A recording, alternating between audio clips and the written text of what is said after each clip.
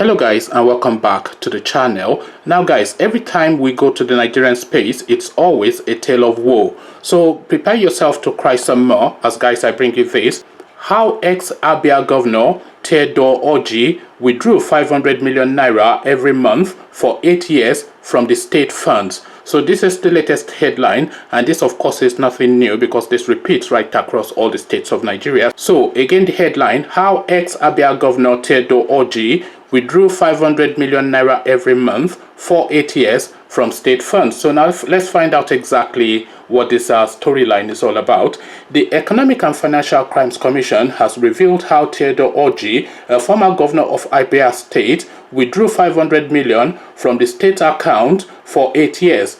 The commission said the former governor started the monthly withdrawal when he was chief of staff to convicted former governor of the state, Orji Withdrew Kalu. EFCC has been looking into various financial malfeasance of Orji following a petition by an anti-graft group, Fight Corruption, Save Nigeria group. It was alleged that the various withdrawals were diverted to personal use. The amount the investigation revealed was aside from the security funds expended on the Nigerian Police, Nigerian Army, Department of State Services, Navy, etc., purchase of security equipment and vehicles for agencies. The investigation, according to sources, was extended to his family members to ascertain their link and culpability. Theodore Orji's first son, Chinendum, who is currently Speaker of the Abia State House of Assembly, and his brother are now frequent guests at the EFCC headquarters, where they are explaining what they know about the fraudulent withdrawals. The agency has traced 100 slush accounts to Chinendum.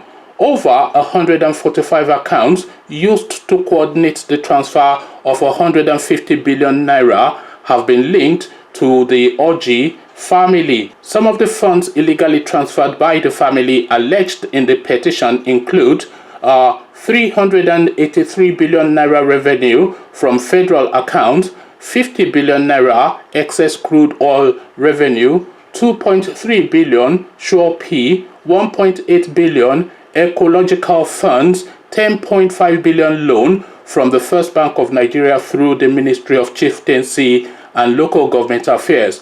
Others are 12 billion naira Paris Club refund, 2 billion agricultural loan for farmers, and 55 billion ASCOPADEC funds. Footworld Industry Limited, with GTB account number, and then it goes on to give the account number, was traced to Chinandum. The company received deposit of 20,849 and $44.21. Same company with another account, it goes on to give the account number, in First Bank of Nigeria, received a cumulative deposit of 362,573,056 naira and 50 kobo. Footworld has several other accounts with FBN. The accounts and deposits are, and then it goes on to give figures. I'll just read out the figures and leave out the account numbers.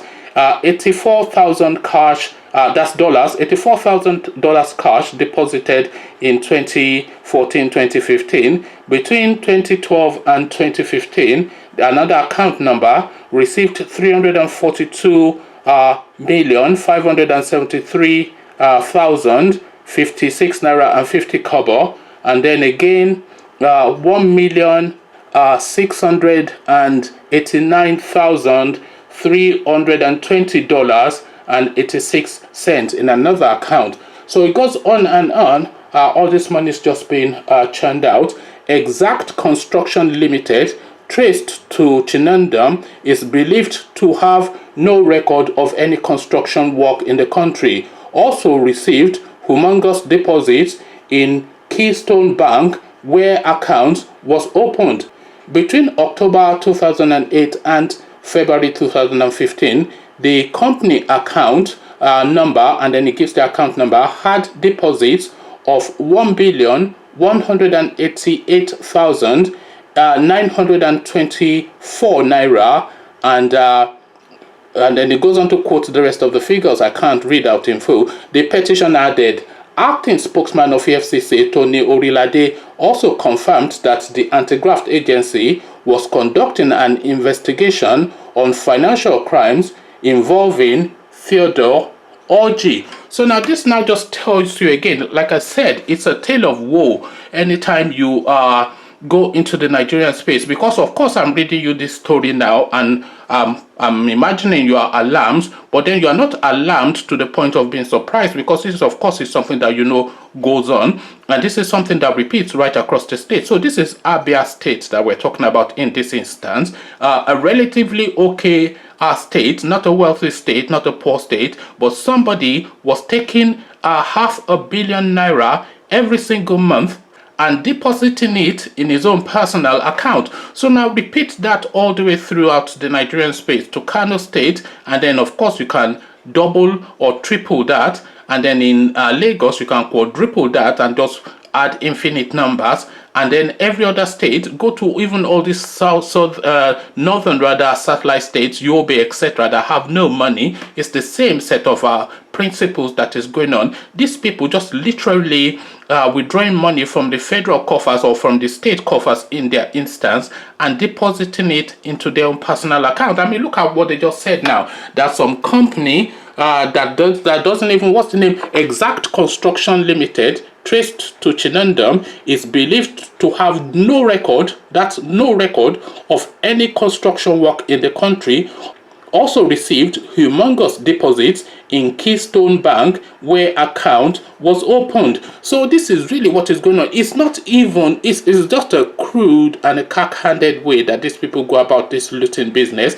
They literally just steal money. Yeah, so you'll recall that Goodluck Jonathan said some time ago that theft is different from corruption, and everybody mocked him then. But I understood what he was saying, that look, corruption is a different thing from stealing, and what these people are doing is stealing. So if we block all the avenues for stealing, then we can tackle corruption, because corruption, then you need more paperwork and more criminal function to be able to corruptly enrich. But just to outrightly steal money, you don't really need any sophistry to do that. And you can see that there's no sophistication in what is being described in this narrative, with people just literally going into state accounts, withdrawing money, sometimes even in cash, and depositing it in their own personal accounts. And this is what is going on in Abia State, or this was what went on in Abia State for a good 8 years. So now imagine that. Now, Nigeria does not have infinite money, and certainly Abia State does not have infinite money.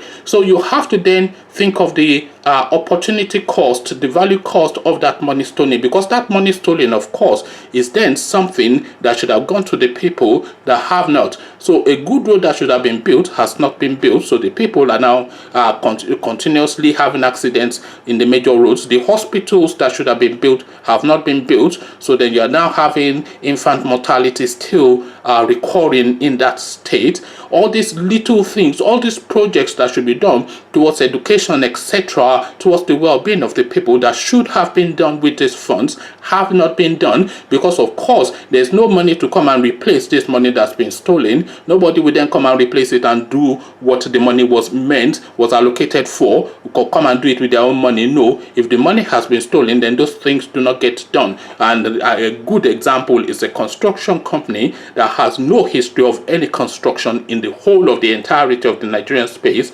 having humongous, according to this article, humongous amounts of money being deposited into their account, and that is the Nigerian narrative. So this is an example, a test case that just highlights the Nigerian malaise. This is really what we suffer in that space. Conversations in the comment section are looter continua. The looting continues. They're just robbing us blind in that country. What says you? Come tell me what your thoughts are. 500 million naira every single month for 8 months. Just tell me how alarming that is, or are you alarmed at all? Does this jar you in any way or not? Let's have a conversation around all this in the comment section. But before you come join me in the comment section to have a conversation, click on the red subscribe button to stay on screen. Bell button notifies you every time I drop a new video. Then come tell me what you are making of this level of looting in the comment section. So I'll leave you here, join you in the comment section, but here